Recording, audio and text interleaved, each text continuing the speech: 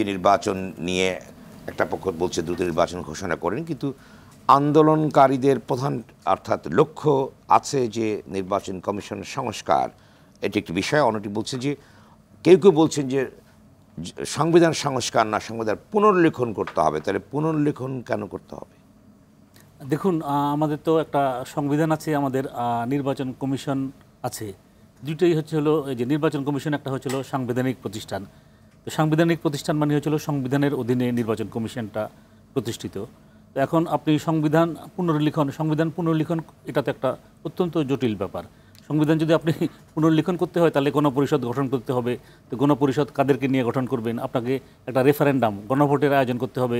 তো গণভোটের আয়োজনের বিধান তো এখন আমাদের সংবিধানে নাই।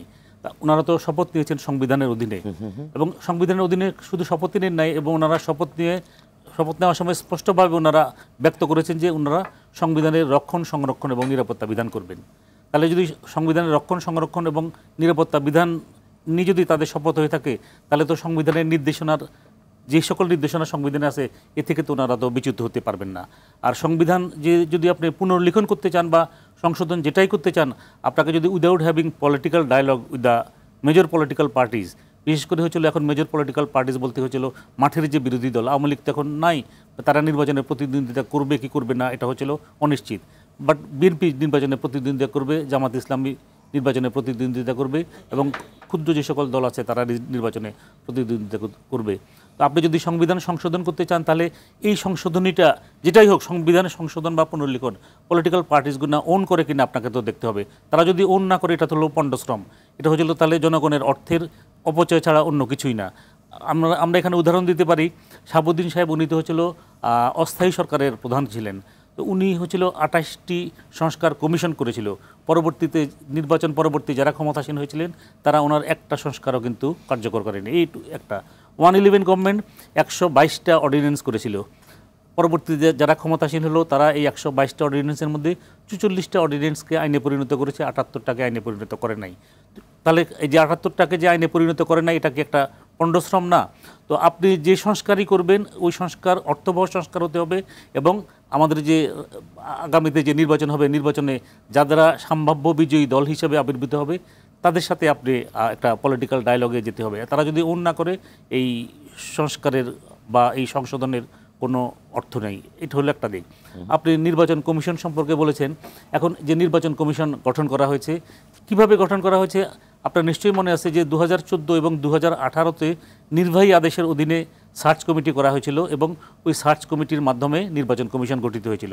এবং 2024-এ আমরা দেখলাম যে নির্বাচন হয়েছে ওই নির্বাচন পূর্ববর্তী 2022 খ্রিস্টাব্দে তড়িঘড়ি করে একটা আইন করা হলো। ওই আইনটার নাম হলো প্রধান নির্বাচন কমিশনার এবং নির্বাচন কমিশনার নিয়োগ আইন। ওই আইনে অর্থাৎ যে আইনটি করা হলো 2022 সালে, ওই আইনের সার্চ কমিটি আর হলো এই যে নির্বাহী আদেশে গঠিত সার্চ কমিটির মধ্যে কোনো পার্থক্য নাই, একই।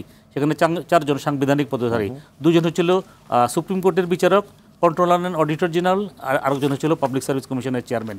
এই 4 সদস্য, আর 2জন সদস্য হচ্ছিল আপনার একটা এই যে নতুন যে এই আইন হয়েছে সেখানে হচ্ছিল রাষ্ট্রপতি কর্তৃক নিয়োজিত 2জন সদস্য, একজন যার মধ্যে একজন হচ্ছিল মহিলা, একজন হচ্ছিল বিশিষ্ট ব্যক্তি।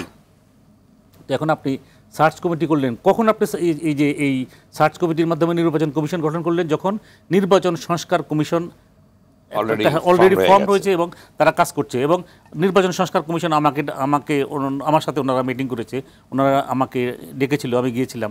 তো ওনারা বললো যে ওনারা কিন্তু সর্বপ্রথম কাজ যেটি করেছে সেটা হচ্ছিল যে এই আপনার এই প্রধান নির্বাচন কমিশনার এবং নির্বাচন কমিশনার নিয়োগ আইনের ওনারা খসড়া সরকারের কাছে সাবমিট করেছিল। তো ওই খসড়া বিষয়ে তাদের সাথে আলোচনা করে বা দেশবাসীর সাথে আলোচনা করে সেখানে সামান্য সংশোধনী করে অর্ডিন্যান্সের মাধ্যমে আমরা একটা আইন করতাম তাহলে ভালো হতো না? এখন একটা বিতর্কিত আইনের অধীনে আপনি এই নির্বাচন কমিশন গঠন করলেন, এবং গঠন পরবর্তী আমরা দেখলাম যে পরের দিনই হচ্ছিল জাতীয় নাগরিক কমিটি এটাকে প্রত্যাখ্যান করেছে। এবং আমাদের যে রাজনৈতিক নেতৃবৃন্দের মধ্যে অন্য সকলের বক্তব্য আমি জানি না, তবে আমার জুনায়েদ সাকি ওনার বক্তব্যটা আমার মনে আছে। উনি বলেছিলেন যে এই নির্বাচন কমিশনে প্রত্যাশিত কেউ স্থান পায়নি। তাহলে ওনারা রাজনৈতিক দলরা যাদেরকে নিয়ে প্রত্যাশা করেছিলেন ওই ধরনের কোনো ব্যক্তিকে ওনারা এই নির্বাচন কমিশনে দেখেননি। তো তারপরে ধরেন আমরা পত্রপত্রিকায় দেখেছি যে বিভিন্ন রাজনৈতিক দল 300 জনের নাম প্রস্তাব করেছে। এখন 300 জনের যে নাম প্রস্তাব করেছে এই 300 জন থেকে ওনারা 10 জনের নাম রাষ্ট্রপতির কাছে পাঠালেন।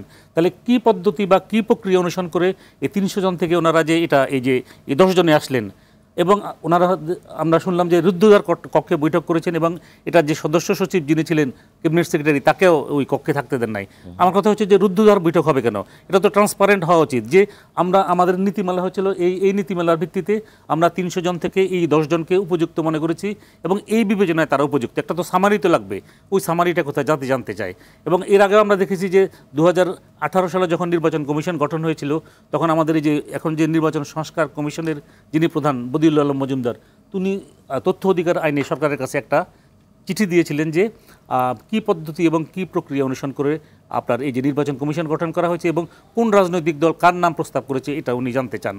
কিন্তু সেটা কিন্তু অদ্যাবধি কিন্তু সরকার জানায়নি।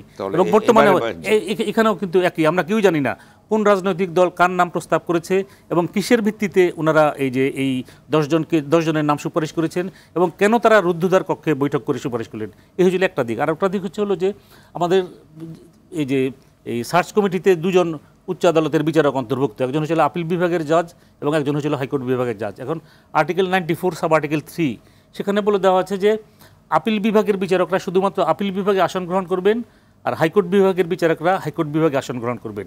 এখন ওনাদেরকে যে এই যে বিচার বহির্ভূত যে দায়িত্ব দেওয়া হলো এই যে নির্বাচনী আইনের অধীনে, এই দায়িত্বটা ওনাদের সাংবিধানিক দায়িত্বের সাথে সাংঘর্ষিক কিনা এটাও কিন্তু মানে বিবেচনার দাবি রাখে। আপনি যদি আর্টিকেল 94 সাব আর্টিকেল 3 দেখেন সেখানে তো স্পেসিফিক দায়িত্ব দেওয়া আছে যে এই দায়িত্ব তারা পালন করবেন।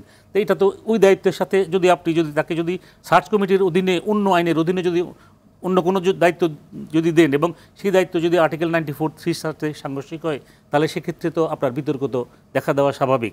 এবং আমাদের যে এই সংবিধানে আপনার যে 72-এর যে সংবিধান, সেই সংবিধানে কিন্তু আদালতের বিচারকদের অবসর পরবর্তী প্রজাতন্ত্রে যে কোনো ধরনের লাভজনক পদে নিয়োগ বাড়িত ছিল। এটা কেন করা হয়েছিল? যে তাদের in order to keep them away from all sorts of allurement. এটা পৃথিবীর অন্যান্য দেশে হয়ে থাকে যে আমরা বিচারকদেরকে সকল ধরনের বিতর্কের ঊর্ধ্বে রাখবো এবং সেজন্য কিন্তু বিচারকদের পেনশন অর্থাৎ যে পরিমাণ টাকা ওনারা বেতন পান, যদি একজন বিচারকের বেতন যদি 2 লক্ষ টাকা হয় উনি কিন্তু সম পরিমাণ পেনশন পান।